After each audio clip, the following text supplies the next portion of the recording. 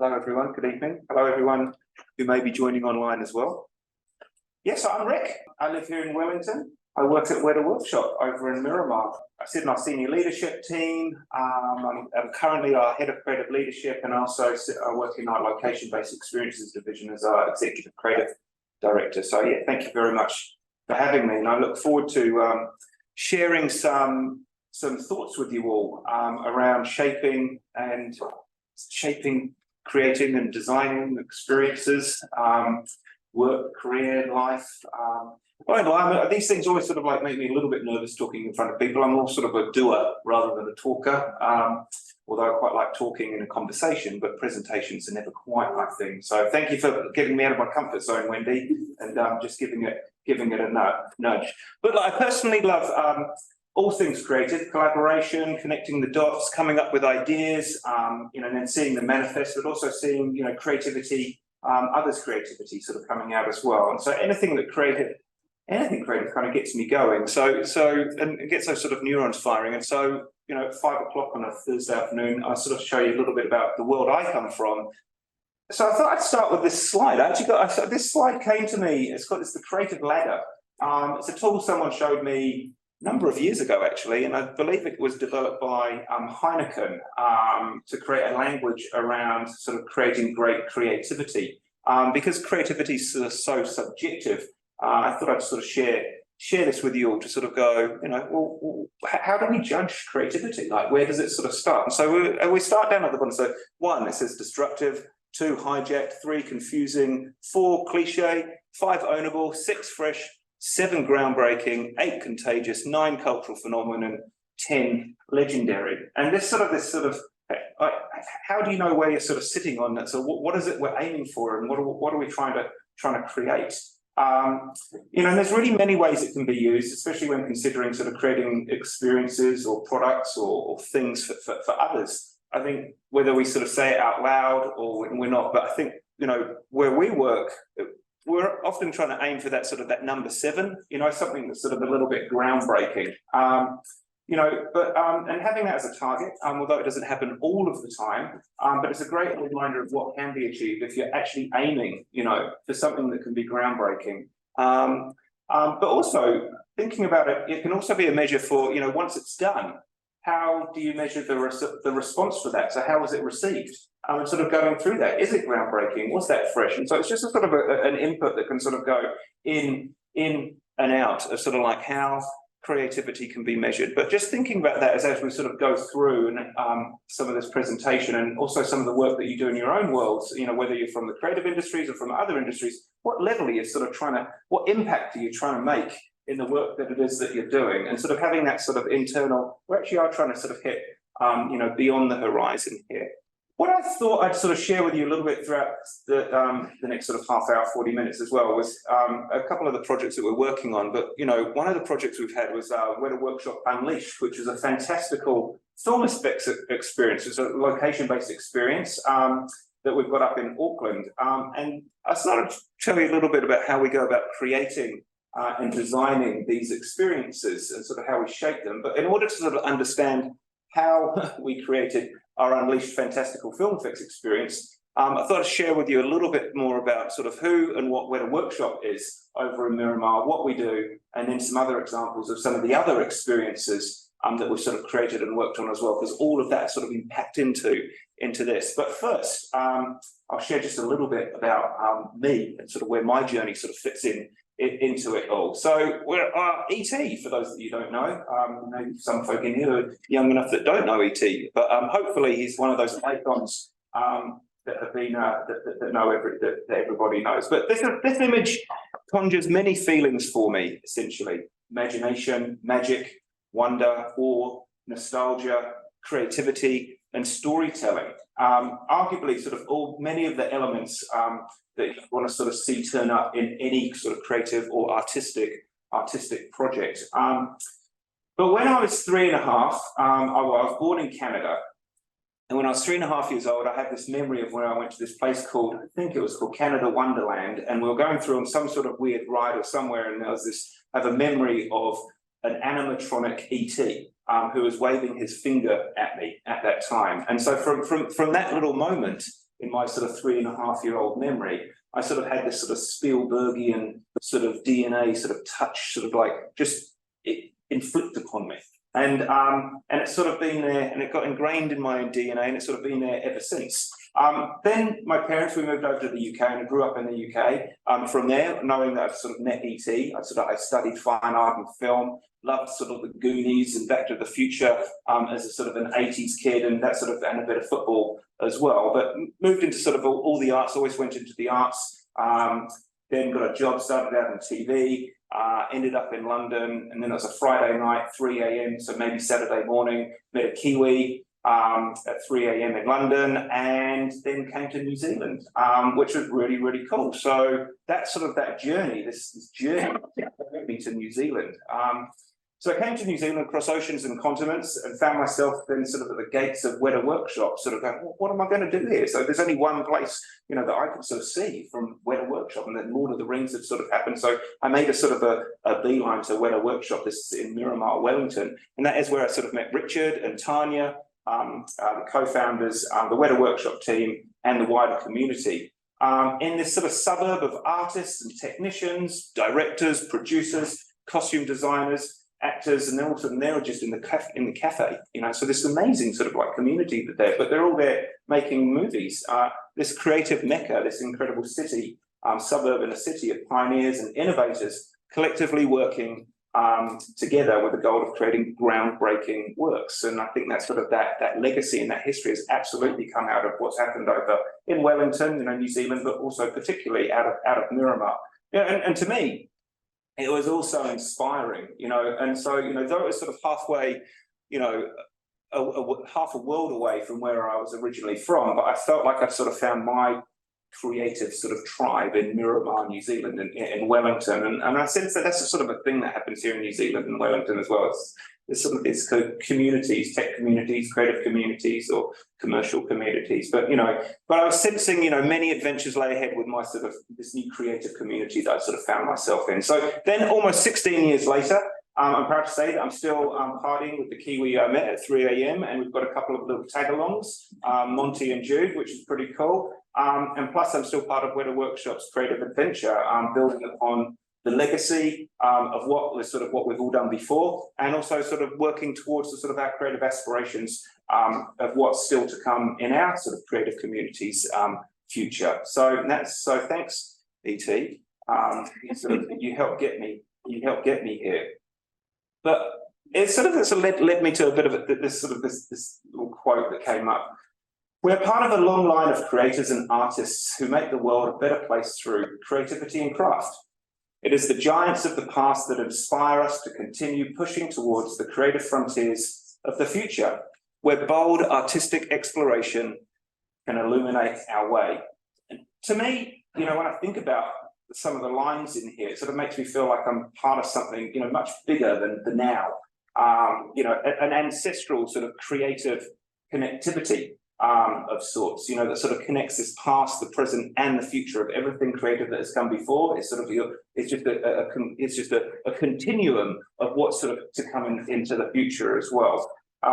You know, and you know, when I think about that, you know, past, present, future creative communities, you know, being part of that community, seeking those bold, creative, and artistic explorations, you know, and perhaps, you know, some of us here today, you know, some of that creative connectivity is sort of what all sort of brings us here together, all sort of thinking about our creative futures, you know, groups of like-minded people with shared interests in art, creativity, culture, and the future as well. But, you know, so some of that sort of goes into sort of Wētā Workshop. So what is Wētā Workshop from where I work with this incredible group of people over there? So it's an international arts and entertainment company, best known for its work on, you know, blockbuster movies, and under the leadership and co-founder of Richard. Many of you may know Richard, but Richard and Tanya, co-founders of Wētā Workshop over the past 35 years. Our work has had the honour of sort of, you know, being recognised with its awards, You know, lots of, including a number of Oscars, and it's been a fantastic sort of creative journey. Richard and Tanya, they met Peter. This is sort of almost sort of New Zealand history now, so that the pioneers of that film industry over in Miramar, you know, met Peter and early sort of the film crews back then. Worked on a lot of those early movies, Brain Dead, Meet the Feebles, Heavenly Creatures, and then Wētā Workshop went on to do Hercules and Xena, and then from there, you know, became the training ground to ending up working on, you know, historically Lord of the Rings, where Wētā Workshop had the opportunity to, you know, work concept design, do the armor, weapons, props, miniatures, makeup, prosthetics, and then on-site supervision as well. And that was a really great, you know, moment in time. But, you know, there was life after Lord of the Rings. And since then, we've had the opportunity to work on over 120 different films, you know, across the world, and engage in the production. We probably engage in production of, you know, 7 to 8 movies every year, working on, you know, 30 to 40 conceptual design films. In addition to our work in the screen sector, you know, we've become a diversified sort of creative business. So, you know, although we've got a legacy in film, we're also a tourist destination. We produce consumer products. We're a developer of interactive games and a creator of immersive location-based experiences. And this is all because of an insatiable desire to sort of keep doing more creative and innovative things that have allowed us the sort of the privilege of working with some incredible groups around the world and people around the world over the years, you know, which gives us the opportunity to collaborate on unique projects within the arts and entertainment space. So, but a really exciting part of our business that we've been growing is our location-based sort of area.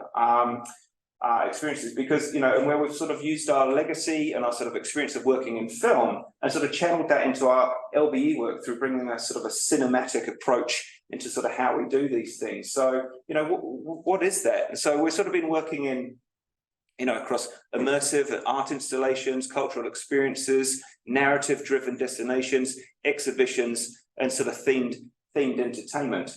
We'd love to take on these new creative challenges. Because we're consistently sort of looking for, I guess, sort of like, you know, just lots of inspiration really for at home and from around the world, and then channel that back into sort of all of the work that we do.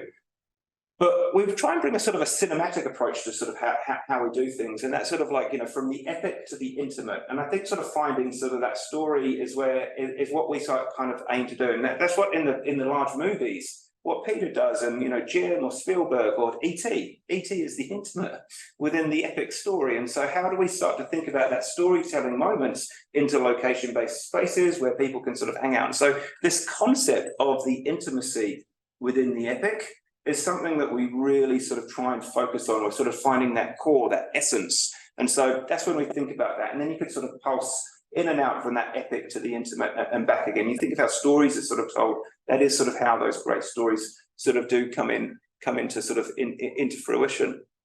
But how do we do that? Well, when we're having these opportunities of working across our location-based experiences of, you know, whether it's a museum experience, an art experience, or an installation, or a themed walkthrough, you know, we're imagining, we've got to imagine an idea, how does it work within the space? We're designing it as well, then we're designing with these incredible artists and creatives, so we're sort of working from vision, and then they're designing the space as well. And then, of course, we're building it with our fabrication team, our manufacture team, or we're working with sort of a global network or local vendors as well. But essentially, at the heart of it, we're also trying to tell stories. And that's at the heart of everything that we're trying to do. So what is that story? But we've got to collaborate, and where we can, we're pushing the boundaries. And so this all sort of comes into this sort of this ethos of, you know, that level 7, the core.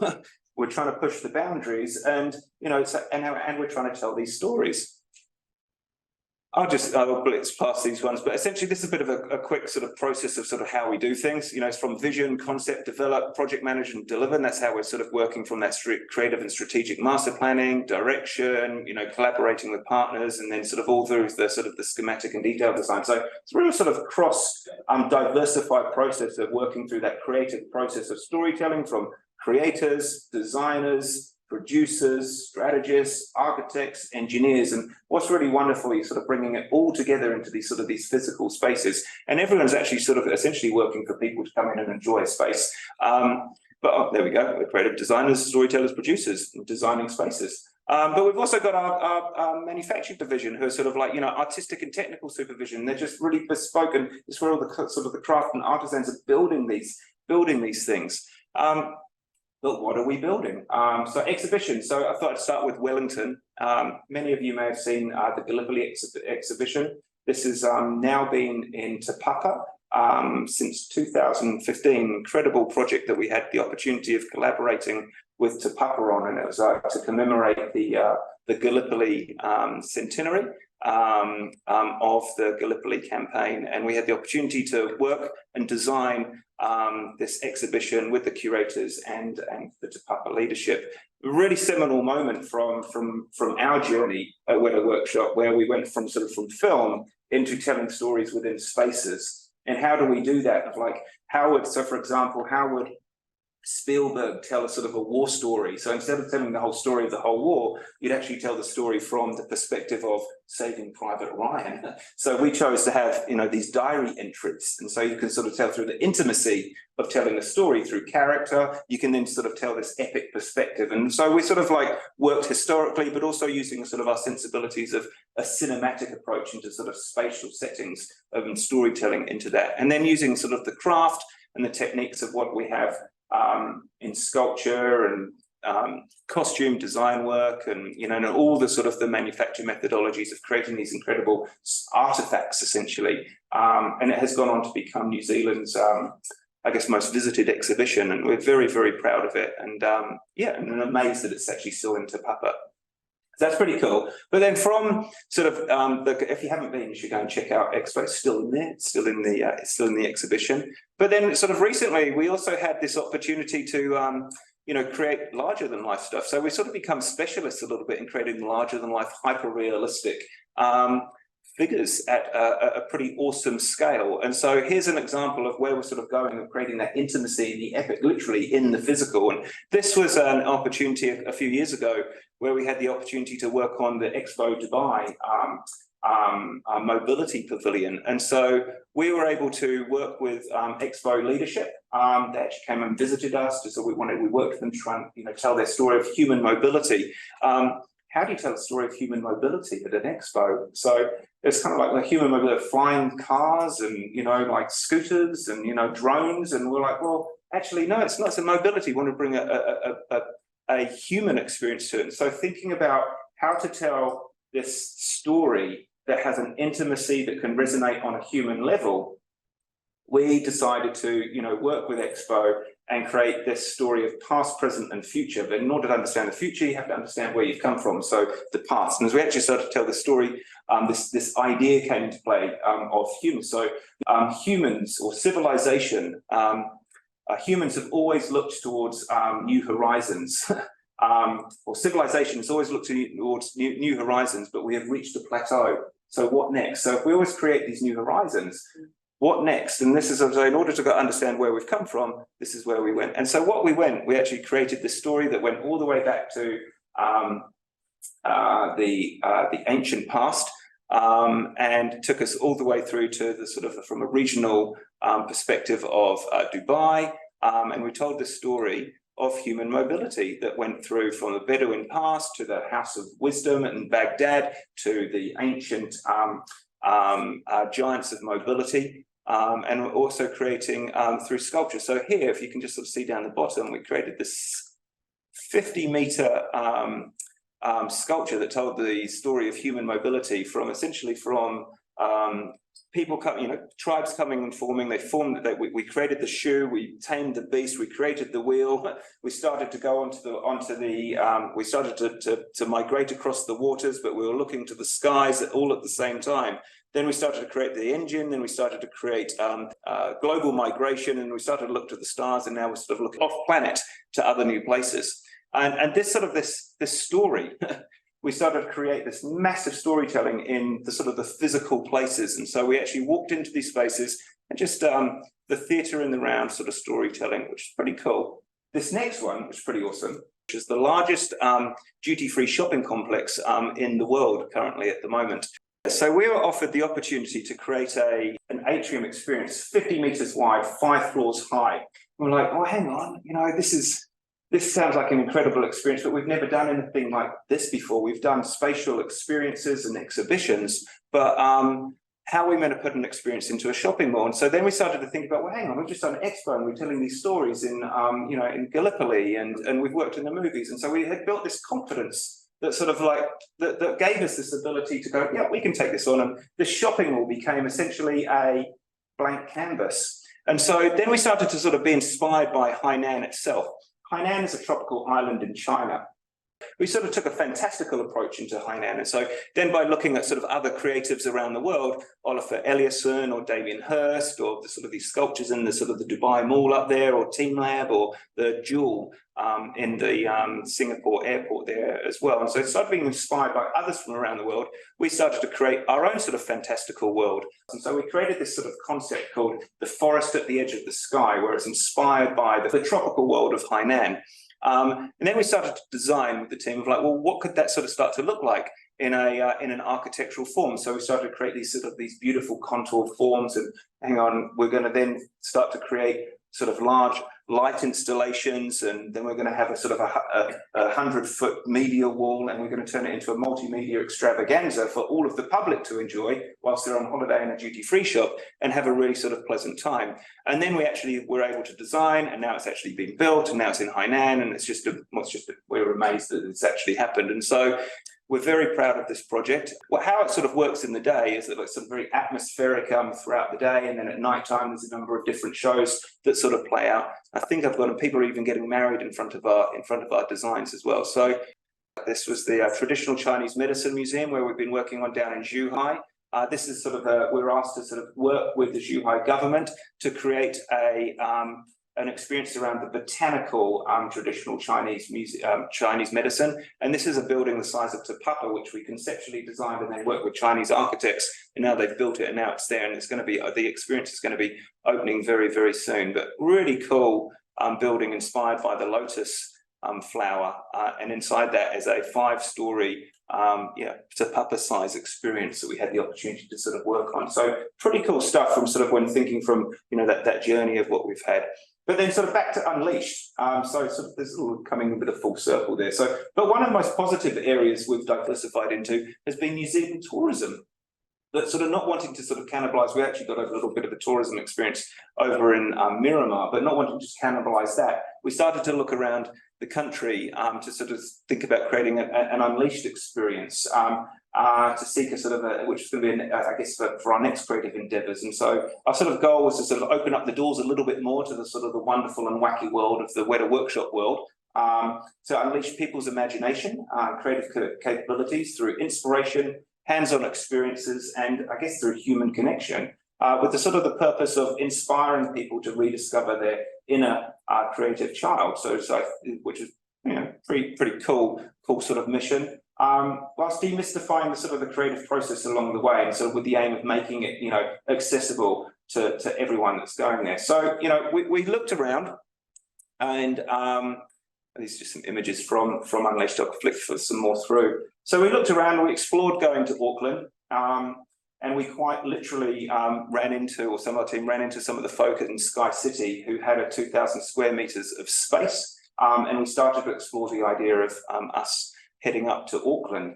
And so Sky City, they sort of became a bit more of a landlord. They became a bit of a partner. And so Auckland beckoned, and so the creative truck was packed up, and we headed north to go and unleash a little bit more of our creativity up in Auckland.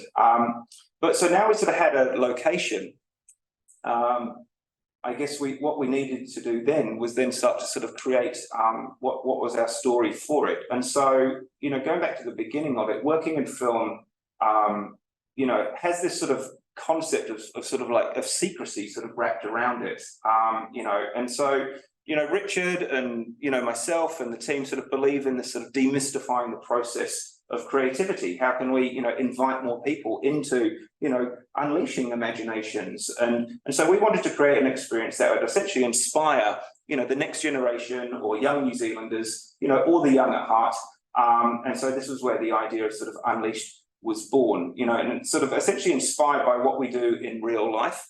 predominantly from our film world, but sort of because it's a location-based experience, sort of now including a lot of the location-based stuff that we're doing as well. But inspired by what we do in the real world of designing and creating worlds, narratives, characters, creatures, cultures, you know, where we're making armor and weapons and animatronics and props and miniatures and all those other fun things that we get to do for film directors and studios. And so we sort of kind of took everything that we do and we turned it into a 90-minute guided experience through a fantastical film effects workshop. And this place is packed with themed environments, fantasy, sort of sci-fi and horror sort of stories, all the stuffs that we sort of love. And there's the soundtracks and animatronics in there and interactives and film scripts and hyper-realistic giants and creatures and horror houses and creator maker spaces and props and film scripts and collectibles and robot parts and all sorts of different things. And we sort of curated that all into a narrative-driven hosted experience. And this is actually back in sort of early 2020. You know, and then COVID hit. And so we as a business, we sort of the owners had a choice, you know, soldier on or sort of go on hiatus. And so, you know, this awesome decision was made to sort of soldier on. So we had iterating business models, crew working from home, and creativity was going bonkers. And, you know, but we even designed into the experience a sort of a large event space as well, which was pretty cool. And it's a kind of a tricky thing to sort of design into there. But you can now actually go there and have a cocktail evening or a dining event under a robot or next to a fantasy castle. So we essentially sort of made it and had the grand opening. But now the experience is finished, I guess sort of what do our guests get to experience? And so when they arrive, they turn up at this 60-meter mural of vomiting and explosion of creativity. And then guests are sort of they're asked to sort of like, you know, come into the experience by our tour guides. And so this idea of sort of taking people, you know, behind the curtain, essentially. So we literally take them behind the curtain. And this is into our storage room. And this is where our Unleashed technician introduces themselves, and they talk about how we're encouraged to sort of let our imaginations grow, and then guide everyone through into the vault of imagination, where our visitors are introduced to 3 film projects that we're working on, which is a horror movie, a fantasy movie, and a sci-fi movie. And these are all these projects that have been created that sort of we're about to go and explore of how we're working on these different 3 projects in our fantastical experience. We then move into our reception area, which is the main area where you should have come in the first place, where you can sort of admire the awards cabinet and see other creative Easter eggs. But this is also where we get to meet Jeff, our animatronic security guard from Hamiltron. Note his glowing finger, which is a nod to E.T. And this is where Richard also sort of pops up and introduces himself and welcomes everyone to the workshop, and sort of essentially telling everyone how we believe there is a maker and creator in everybody. We walk down through one of the corridors past all of our different costume departments and all the different swordsmith departments, and then we end up getting into our prosthetics and animatronics and makeup division, where we find out that we're working on a horror movie called Fauna, which is a movie about an American family who move into an abandoned farm in remote New Zealand to start a new life, only to find that their arrival awakens a vengeful mythological forest creature. But in the space, you can learn how to create a creature, you can play with creature autopsy, you can remove organs, you can scream into a scream machine, there's a creaturification, makeup mirrors, and visitors are welcome to sort of ask the hosts any questions they may have before sort of being invited into our simulation set stroke sort of horror experience, where they might have a little mini scare experience. When this is a place where we're sort of testing our creature effect. And there's if you had a bit of noise, we'd probably scare you right now with a bit of a moment of jump. But of course, if our folks don't want to sort of like go down our little horror experience, then we can take them down the proverbial garden path. And we transition into our next area, which is fantasy, which starts in our art studio, where our fantastical designers and world builders are working, before being discombobulated they're working on a movie called Age of the Everclan, which is a movie about dinosaurs that didn't go extinct. And then they get discombobulated and they're put out onto the artist's table before popping out into our fantasy castle miniature film shoot, which is the home of the ever-clan herbivores, on the eve of the battle with all the carnivores. Small people are able to explore the castle catacombs and discover hidden dragons before moving into our makerspace, where you're able to explore the sort of the creation of working on a movie for a film set. And so you can have a go at clay sculpting, you can have a look at all the armor, the weapons, the props and of the warring tribes. You can start to trace some of the creatures through design, or you can make these tinfoil sculptures. And so all of this sort of tactility and craft and creativity is starting, to sort of, hopefully inspire people. Before heading through into our last act, which is our sci-fi space, where we are shooting a bigature for a movie called Origins, which is a science fiction adventure which two young scientists discover extraterrestrial artifacts buried deep beneath an ancient volcano, providing evidence and secrets that alien species once walked the earth as our protectors.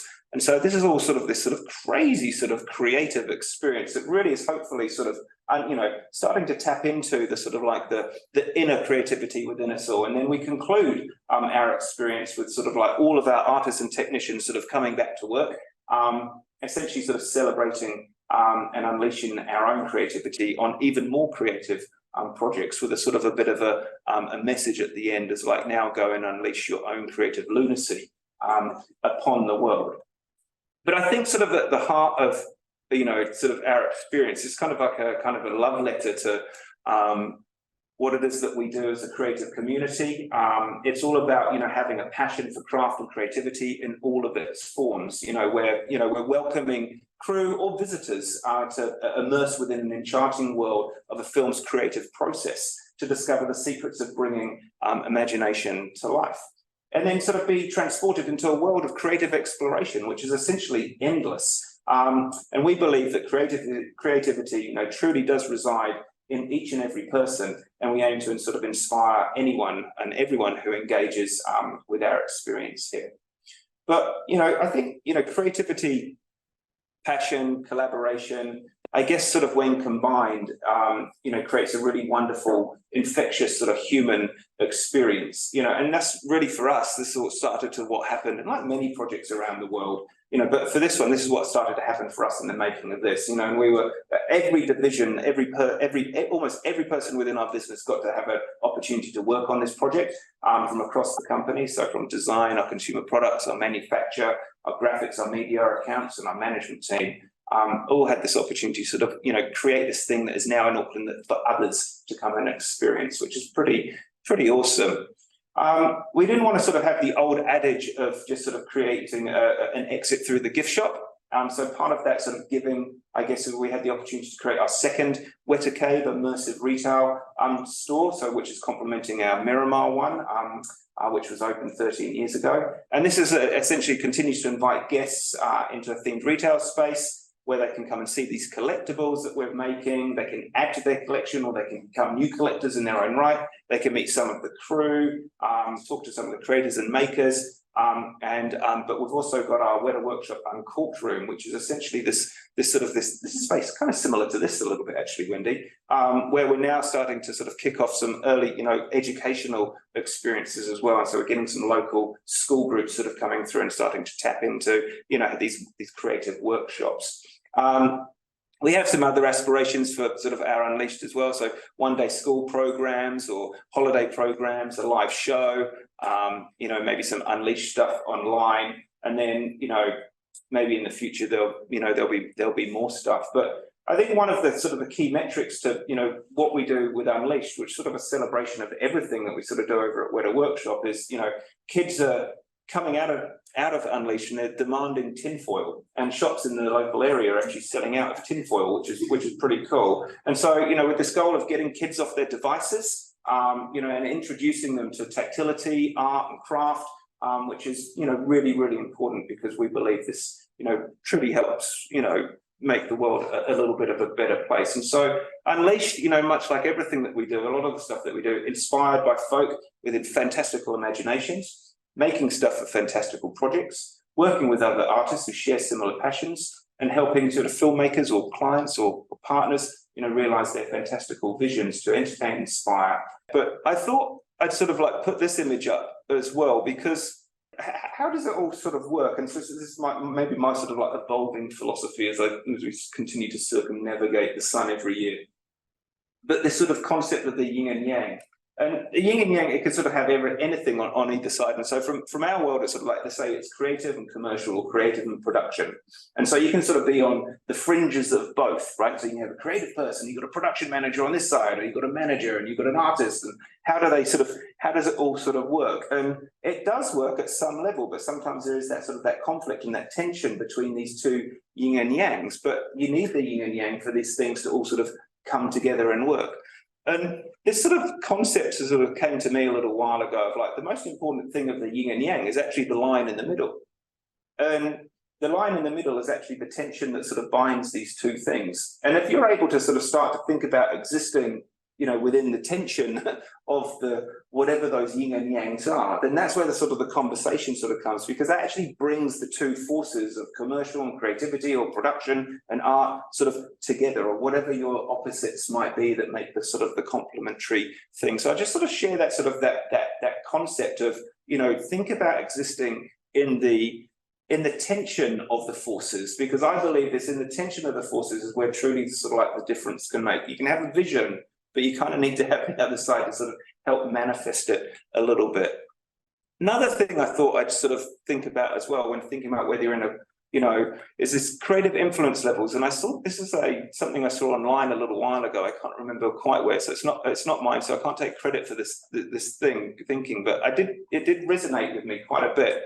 This idea of sort of creative influence levels, or whatever influence levels, you may be, and this may be for an individual, a team, or a company. And you can be anywhere on this scale at any different time. And this is, it's not about your role or your job title, but it's just a guide to think about where your influence may be. And so if you think about level one, so I can influence the work that I'm doing as an individual. I might be sculpting something, drawing something, or doing my work, and that's me. I can edit my own work here, or I can sculpt my sculpture into existence. And you can really influence that yourself.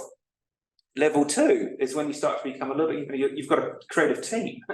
You're starting to influence your team. You're looking after them. You're setting up the sort of the idea of inspiration within the team. So you're starting to inspire your team to do their work. Level three, creative vision, is starting, if you're in a company or an organization, you're starting to sort of think about influencing up and influencing, your leaders or your stakeholders. And so how am I influencing at that level? And who am I inspiring to change their perspectives or change their minds? Level four, I guess, is the creative company, or wherever it is. Now you're sort of like, now you're in the business, and you're sort of like essentially managing across the business, and sort of your influencing is sort of across and down. And then creative five is sort of within the industry. And that's where I'd sort of these creative generals of the industry. And so you're sort of getting that they're really just sort of shifting and changing industry now. Some folks sort of could just traverse the whole things. Some people just sort of in level one, they like to do that. Okay, but it's just kind of an interesting concept to me of like, where are you, in your ability to influence? And I think if your ability to influence others, and just having that awareness of it and how much, that can influence and impact is actually just quite an interesting concept to just, take with you. With the idea that you're actually aiming for a groundbreaking gig as well. So this is the mission, we're trying to hit groundbreaking as well. But how do I do that? The only way I can do that is through collaboration. This yin and yang process exists within the tension. What layer of sort of like influence am I influencing at the moment? And who do I need around me to sort of help me get there? And so I sort of put these together last night a little bit actually. But how do you do that a little bit? What sort of couple of philosophies? So one, start with passion. Be collaborative. Great ideas can start small, but they can go on to become amazing, right? And work out how to grow them. Two, cultivate your creative relationships. Be open to inspiration at any point. Find your tribe. That's where you'll be inspired by. Three, have a bold vision. Make it meaningful and impactful. Find the intimate within the epic. Four, think about the creative economy. Think about what the creative economy really wants from you. So if this is the creative industries, what does it want from me? What does it want me to do, right? Because it is a place that really can transform lives if you actually get the right idea. And it's an opportunity for people to experience your work. Five, design for human experiences. where the opportunity to have exploration and discovery can be had. Humans love to explore and discover. I think that's the most empowering tool. Rather than telling someone how to do it, inspire them to go and find out or educate themselves. 6, leave enough for the imagination to fill the gaps. And I think that's really important, because that is really where the sort of the new ideas can start to come up. These are merely dots that you should be able to sort of connect yourself. And I think that's quite an interesting sort of thought to sort of go, that's inspired me. It's where my imagination wants to play. Think about making it unique, but familiar. Unique and original, sometimes I guess in the commercial sense, is kind of a scary thing. Unique and familiar, well, hang on, we don't understand that. Where the familiar reduces the risk a little bit. So when it's unique but familiar, then you're starting to bring everyone along on the journey. So that's a sort of an influencing concept of when you're going through the journey of creativity, vision, all the way through to build. 8, embrace doing things differently. There may be others who have better ideas than you, or there may be new processes. AI is another thing at the moment. Like, how do we embrace AI? Well, I don't know. Can you embrace it? I'm not too, but think about it. Embrace it at some level. And then, 9, aim for groundbreaking. And no, there are no shortcuts, because there are no shortcuts in creating exceptional things. And if you create groundbreaking, then it might just go on to becoming a cultural phenomenon, or even legendary, like E.T. and Lord of the Rings. And 10, most importantly, shine a light on those who deserve it. Really, really important. I knew Rik would actually open up a broad range of dialogue and questions, and you have done that. And the skills and insights. I mean, I think my initial response is I'm completely overwhelmed with the creativity and the work that you guys have done. And I suppose I hadn't fully appreciated that. And also the evolutionary role that you are playing in this creative space globally. So it's pretty exciting. Anyway, look, thank you very much, Rik. Amazing conversation and dialogue, and just really want to thank everyone for being here and being on Zoom. Thank you very much. We'll put our hands together. Okay.